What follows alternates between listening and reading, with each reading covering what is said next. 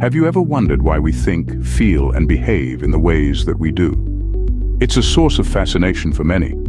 After all, the way our minds function has a lot to do with how we do things and how we are. Human behavior, brain function, and mental processes have been studied extensively. And while there are still a lot of unanswered questions, and there is a long way to go, by learning about the fundamentals of behavior and the human mind, we're able to gain a better understanding of ourselves and others. In this video, we have gathered some truly interesting facts about the psychology of human behavior that will help better understand why we think, feel, and behave in certain ways. Let's jump right in. Number 1, things that happen to us in early adulthood. Stay with us long term. Have you ever noticed how often older people talk about their early 20s? Or have you ever wondered why so many people love coming-of-age stories? Well, this phenomenon is referred to as the reminiscence bump. You see, we have a preference for recalling experiences from adolescence and early adulthood, primarily due to the emotional intensity of this period because of the number of choices and changes that occur during that time. Graduation, marriage, the birth of a child, these are all new experiences, making them much more memorable. Research also suggests that memories are easily accessible from the reminiscence bump because they are linked to self-identity and significantly contribute to an individual's attitudes, beliefs, and life goals. Number 2, thinking about your problems from a third-person perspective allows you to find effective solutions. Would you say you think about other people's problems more clearly and sensibly than your own? According to research, the answer for most people is yes, and this is known as the Solomon's paradox. People, regardless of age, are more likely to think more rationally while contemplating someone else's difficulties than when addressing their own problems. That said, a self-distancing strategy can eliminate this bias. So, the next time you're faced with a personal dilemma, practice your reasoning skills by taking a step back and considering your situation from an outsider's perspective. Number 3, those most incompetent are the least aware of their own incompetence. You've probably witnessed this happen, maybe around the dinner table during a holiday family gathering. During the meal, an extended family member begins talking about something, claiming to be right, and everyone else is foolish, ignorant, or just plain wrong. This person's lack of knowledge is obvious to everyone in the room, yet they continue to ramble on, blissfully unaware of their own ignorance. This is called the Dunning-Kruger effect, a cognitive bias in which people think they are smarter and more capable than they actually are. Their poor self-awareness and low cognitive ability leads them to overestimate their actual capabilities. Number 4, hostile people tend to own more aggressive dogs. Research shows that anger, aggression, and hostility are more common in the personality of owners of stereotypically violent breeds. Could it be possible that people choose dogs that are an extension of themselves? We typically select friends and partners with similar interests and tendencies, so why not pets, perhaps? But other factors may also influence people's aggression and their choice of violent breeds.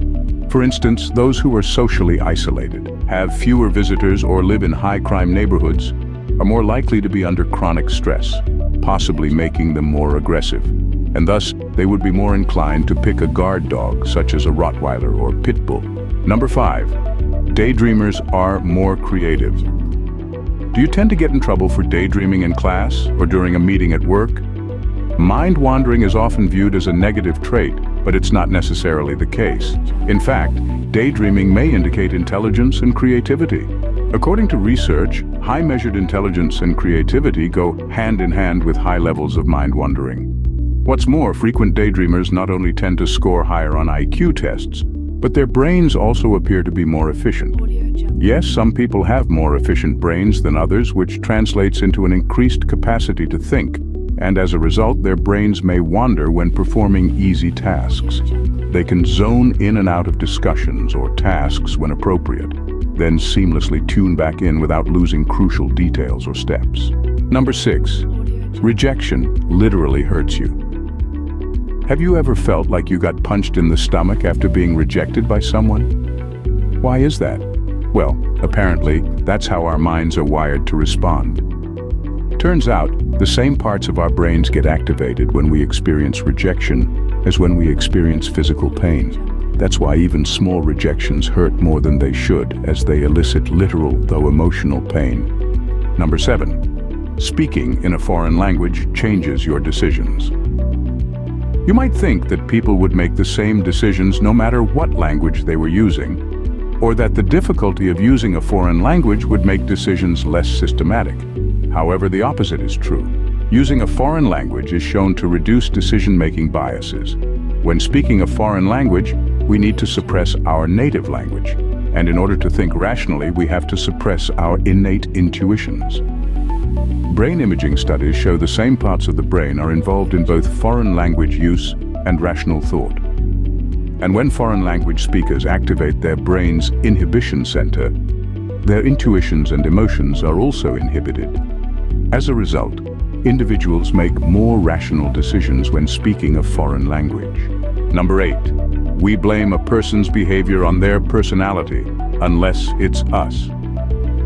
Have you ever been infuriated by someone cutting you off while driving, only to do the same thing to someone else a few minutes later? And while the person who cut you off enraged you, and your reaction was along the lines of, "What a jerk," or "This guy is in a dollar hole," you're likely to have justified your behavior to yourself since you were in a hurry, and you only did it once. Unfortunately, we tend to believe that others do bad things because they are bad people. This is known as the fundamental attribution error, the propensity to explain a person's behavior by referring to their character rather than any situational context. Number 9. We believe that other people are more susceptible to persuasion than we are. We seem to be more aware of how advertising affects other people than we are of how it affects us, and this is referred to as the third-person effect. People can see how an advertisement or a persuasive message affects their peers, but not how it affects them.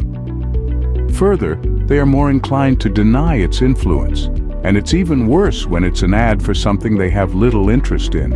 You may not realize it, but the mass media messages you are subjected to regularly subconsciously affect your mood, desires, and even attitude. Number 10. Dopamine makes you addicted to seeking information.